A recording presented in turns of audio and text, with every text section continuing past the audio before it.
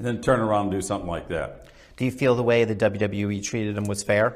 That Hogan was going through the reality show with his real family, and that thing imploded. I think there's a good analogy there between Hogan's family imploding and the imploding of WCW. Right. In the year 2000.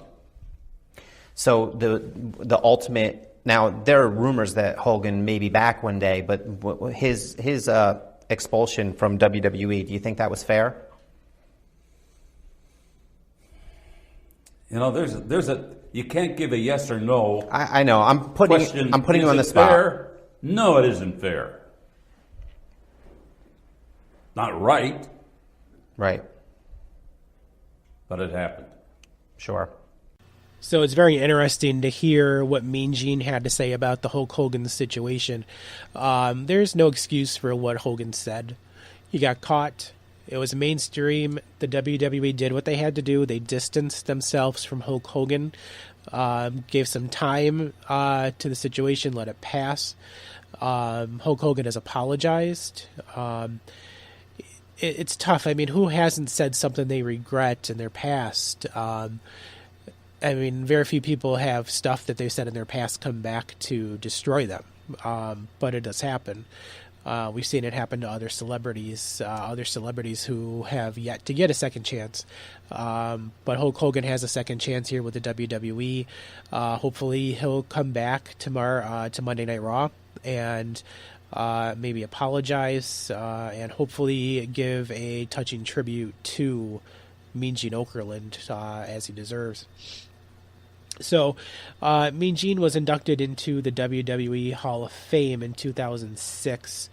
We're going to get to that in just a little bit.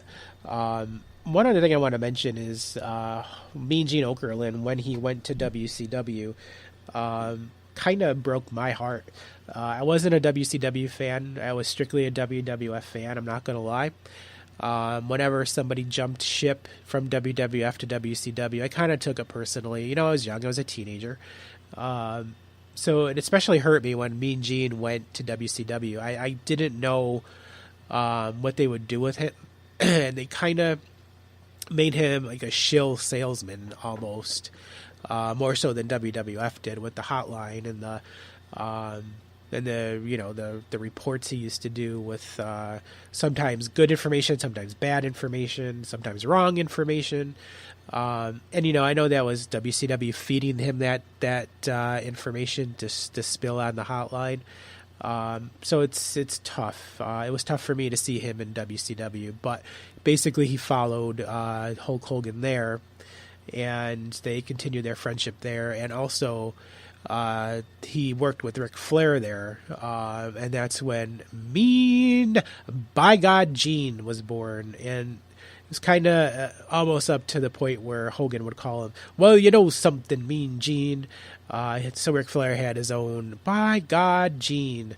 So again, they worked off each other well, and then eventually Mean Gene would come back to the WWE in 2006 when he was inducted into the Hall of Fame, and he made an appearance at WrestleMania 17 with Bobby Heenan broadcasting the Gimmick Battle Royal. So it was good to see him back where he belonged, and then he was inducted into the Hall of Fame. And I'm going to play you the induction ceremony video package that the WWE put together when they inducted him into the Hall of Fame. I think it says a lot about Mean Gene Okerlund, his history, and his legacy. Let's play that now.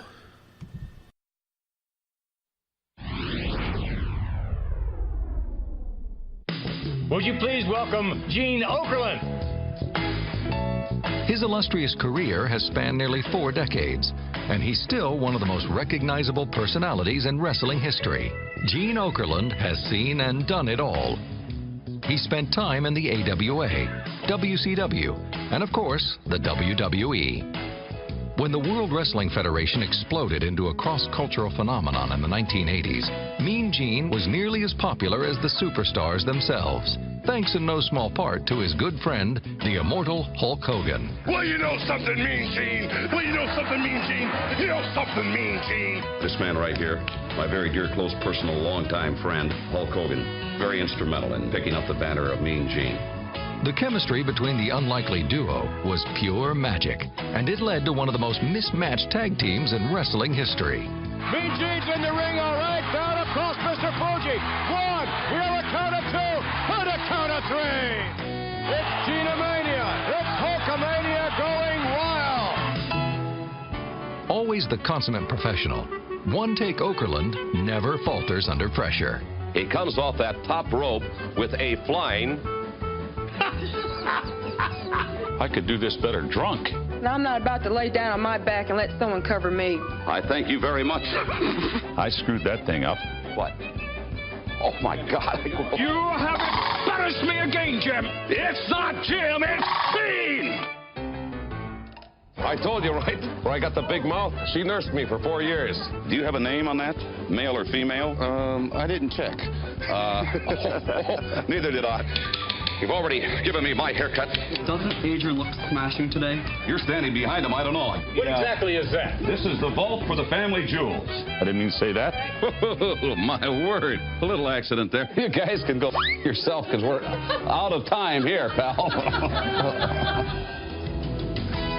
With a unique sense of humor, boyish charm, and a great set of pipes, Mean Gene Okerlund is truly one of a kind. I had the honor of interviewing the biggest names in the sport. Some have been a pleasure, while others, I just had to do my job. He is blessed with a lovable charisma that remains timeless. Hi again, Mean Gene here. Gene-a-mania's running wild. Mean Gene Okerlund, meaner than ever.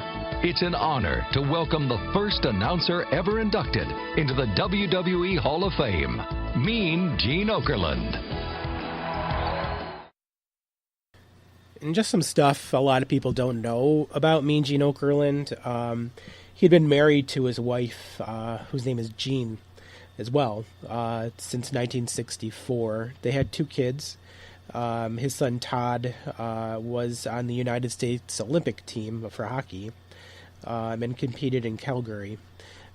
He played 4 games with the New York Islanders of the NHL. Unfortunately, he injured his knee and was unable to continue, so he had to retire early from the sport of hockey, his son Todd. Okerlund was known for drinking. He drank a lot, and throughout his life he had 3 kidney transplants. His first was in 1995 and his second in 2004, and the one in 2004 he actually received from his wife. So it's tough. He died the morning of January 2nd, 2019. He was 76 years old.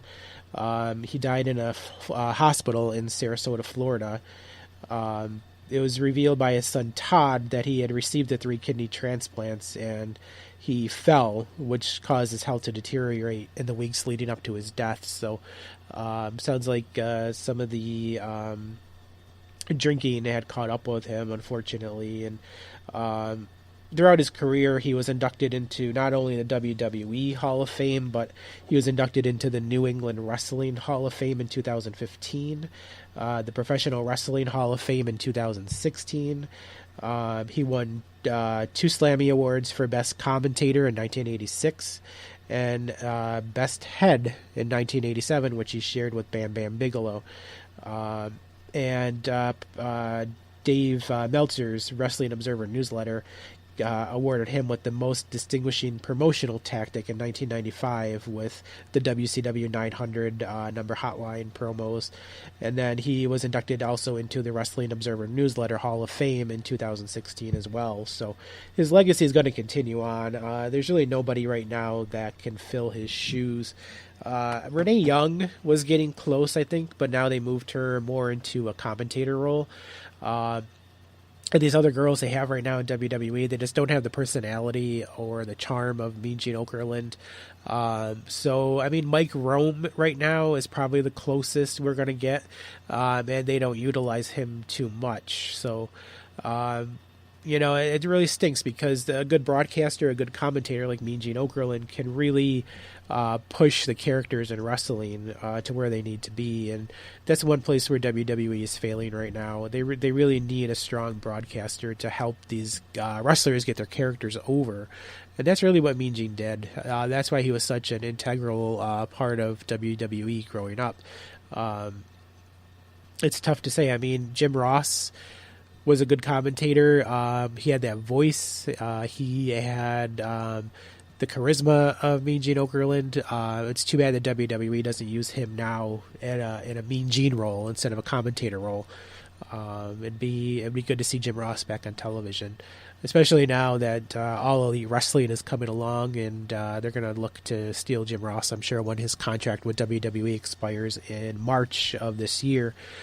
So it's going to be an interesting year in wrestling, and it started with a bang, right, if you ask me, with Mean Gene's passing. So there's a lot coming up on the independent level with All Elite Wrestling.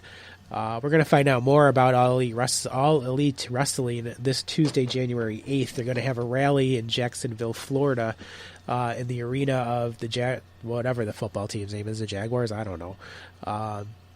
The Khan family and Cody Rhodes and the Young Bucks will be there. Interestingly enough, it's where SmackDown Live is going to be the same night. So it's going to be interesting to see if they take some of the SmackDown audience, live audience, away from SmackDown that night. So it's interesting. I mean, All Elite is coming. We know it's now official. Hopefully we'll learn more on Tuesday about the future. And we know the next event that they're going to have is called Double or Nothing, and it's going to be in Vegas. It's going to be the follow-up to September's All In pay-per-view.